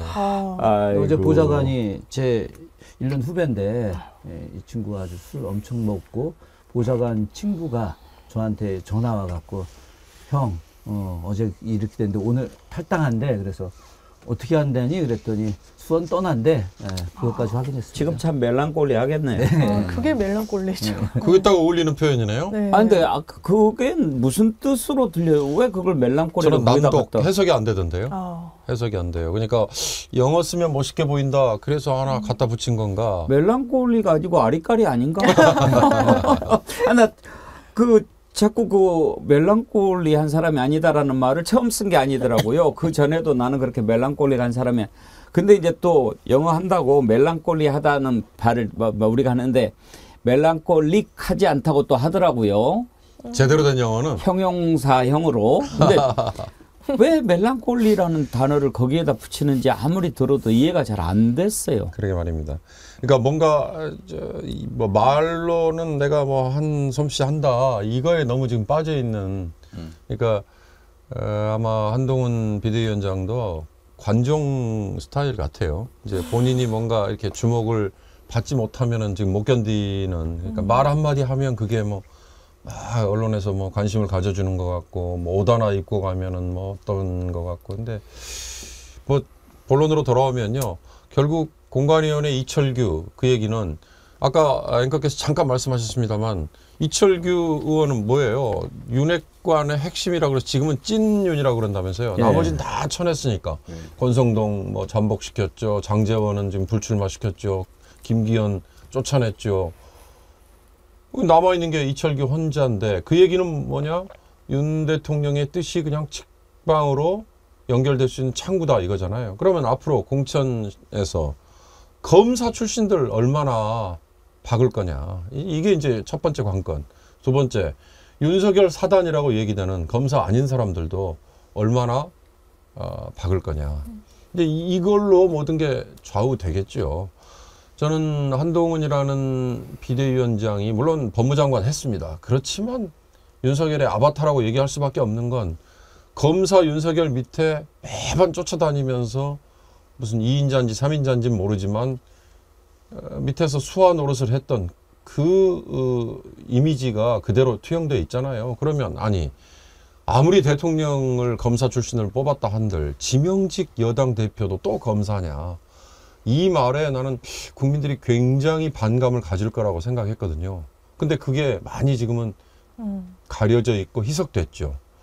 그거에 대한 반감이 이 이철규라는 공관위원을 통해서 공천에 표면화됐을 때 그게 아까 뭐 윤석열 대통령을 노출을 덜 시키고 그다음에 경제적인 이해관계가 있는 정책으로 막 파퓰리즘 퍼주기 하고 그래서 사람들이 표를 찍는데 잠시 좀 혼란하게 만들지는 모르지만 저는 우리 국민의 정치 의식이 분명히 저는 깨어 있을 것이다. 나라의 미래가 어떻게 가야 제대로 가는 건지를 아마 잊지 않으실 것이다라는 기대를 저는 합니다. 이철규 이제 인재영입위원장이 이제 공천관리위원회도 들어가는 거를 보면서 그리고 찐윤이라고 나오잖아요. 찐윤이라고 계속 나오는데 우리가 진짜 정말 윤석열하고 가깝다 하면은 인간적인 관계가 크잖아요. 한동훈이 이제 오랫동안 윤석열 대통령의 꼬북 역할을 했으니까 꼬북 역할을 했기 때문에 그러면 찐윤이라는 이 네이밍을 해줄 수 있을 것 같은데 이철규에 대해서 상당히 많이 생각을 해봤거든요. 그러면 이철규는 왜 찐윤일까? 왜 윤석열이 신임을 할까? 특히나 이제 공천과 관련된 일, 인재 영입과 관련된 중요한 일을 맡길까? 이런 생각을 해봤어요. 그랬더니 오늘 오면서도 곰곰이 생각해봤는데 이게 그 경찰 출신이잖아요. 특히나 이제 정보 분야에서 일을 많이 했고 정치인 뒷조사를 하고 정치인 동정을 보고하고 제가 봤을 땐 이철규가 윤석열 대통령한테 항상 보고서를 올렸던 것 같아요.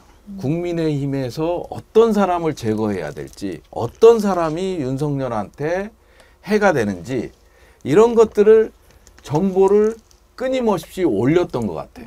그래서 이제 인재영입 위원장, 그다음에 뭐 사무총장, 이제 공관위 이런 떡고물을 받는 이게 공유 관계가 아닐까 하는 생각이 들어요. 예. 그래서 찐윤이라는 건 아니고 일시적 이익을 공유하는 그런 관계가 아닐까. 예, 그런 생각을 해봅니다. 뭐 이제 하는 걸 보겠습니다만은 이제 특검법 재의결이 있기 때문에 현역 국회의원들은 맨 마지막에 정리를 할 거고 이렇게 지금 뭐 용산에 있다가 나온 사람들이 전부 다 꽃길로만 지금 가려고 한다는 것 아닙니까? 싸우기 좋은데 그렇게 하다 보면 분명 뭐 시끌시끌 하겠죠. 앞으로 불을 보듯 뻔합니다. 이런 상황에서 어떻게 짜여질지 이런 것을 관전하는 것도 중요하지만 정말 중요한 것은 이번 총선의 의미가 어디에 있는가 그걸 잊지 않는 것이라고 생각합니다. 오늘 백운계 정치 1번지 토론은 여기서 마치겠고요. 방금 전에 구독자 15만 명을 돌파했습니다. 예.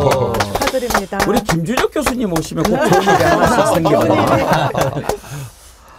예. 기쁩니다. 아주 기쁩니다. 네. 오늘도 역시 2만 명 넘는 동시 접속자 함께 했고요. 또 15만 명 돌파 함께하는 이 기쁜 순간에 여러분 진심으로 감사드립니다. 감사하고 사랑합니다. 주말에도 여러분 주변에 널리 우리 함께 깨어있자라고 하면서 정어리TV 구독 권유해 주시고요. 다시 보기 하실 때 좋아요, 댓글, 알림 설정 이런 것 함께 해주시면 백운기 정어리TV 채널 커나가는데 도움이 많이 되더라고요. 그리고 그 이은주님이 팁을 많이 가르쳐 주시던데 광고가 이렇게 나오면 가급적이면 그 광고를 봐주시는 것도 좋답니다. 건너뛰기 하지 마시고 조금 기다렸다가 봐주시고 그렇게 하면 이 그 유튜브 쪽에 더 페이버가 있다고 그러니까 전 자세히는 모릅니다만 아무튼 그런다고 하니까 여러분 해주시고 코니아트님 오늘 또 슈퍼챗 보내주셨는데 2차 세계대전이 끝난 후 독일 지식인들은 말했습니다. 히틀러가 등장했을 때 우리가 목숨을 걸고 국민을 설득하고 싸웠다면 수천만 명이 목숨을 잃는 역사의 비극을 막을 수 있었을 것이다. 이제 대한민국 차례일지도 모르겠습니다. 두렵습니다. 아유, 예.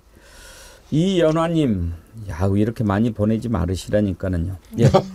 마음밭에 정어리 가족들이 언제쯤이나 편히 쉴 수 있을까요? 이렇게 슈퍼챗 보내주셨는데 진심으로 감사드립니다.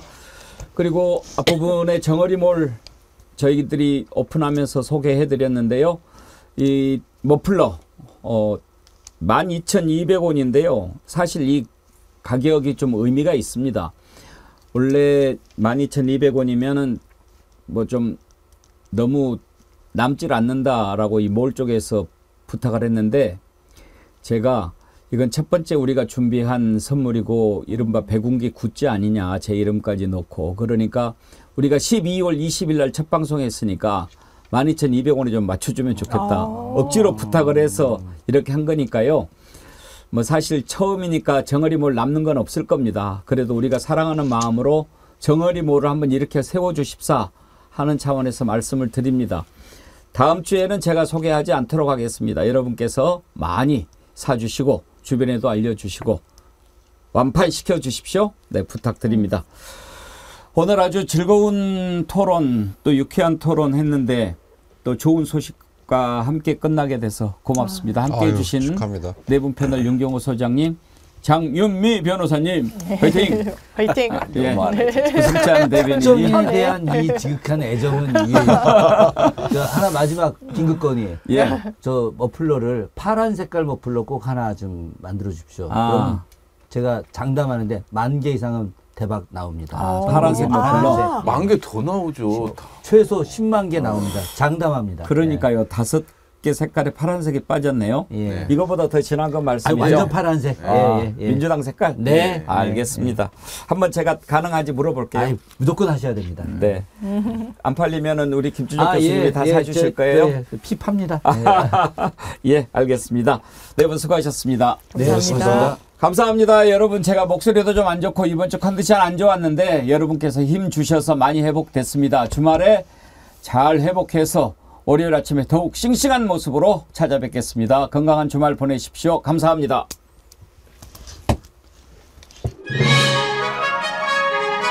존경하고 사랑하는 애청자님 여러분, 드디어 백운기의 정어리TV가 쇼핑몰을 열었습니다. 그동안 여러분들께서 백운기의 정어리TV도 쇼핑몰을 좀 만들어줬으면 좋겠다 이런 얘기를 많이 하셨는데요. 이제 준비를 마쳤습니다. 이름은 정어리몰입니다. 정어리몰의 대원칙은 상생입니다. 가장 좋은 제품을 가장 싼 가격에 드림으로써 생산자와 소비자 모두 윈윈하는 그런 모델을 만들어 보겠습니다. 여러분, 상식 있는 쇼핑, 그리고 쇼핑의 새로운 바다, 정어리몰에서 한번 함께 해보시죠. 여러분이 주인입니다.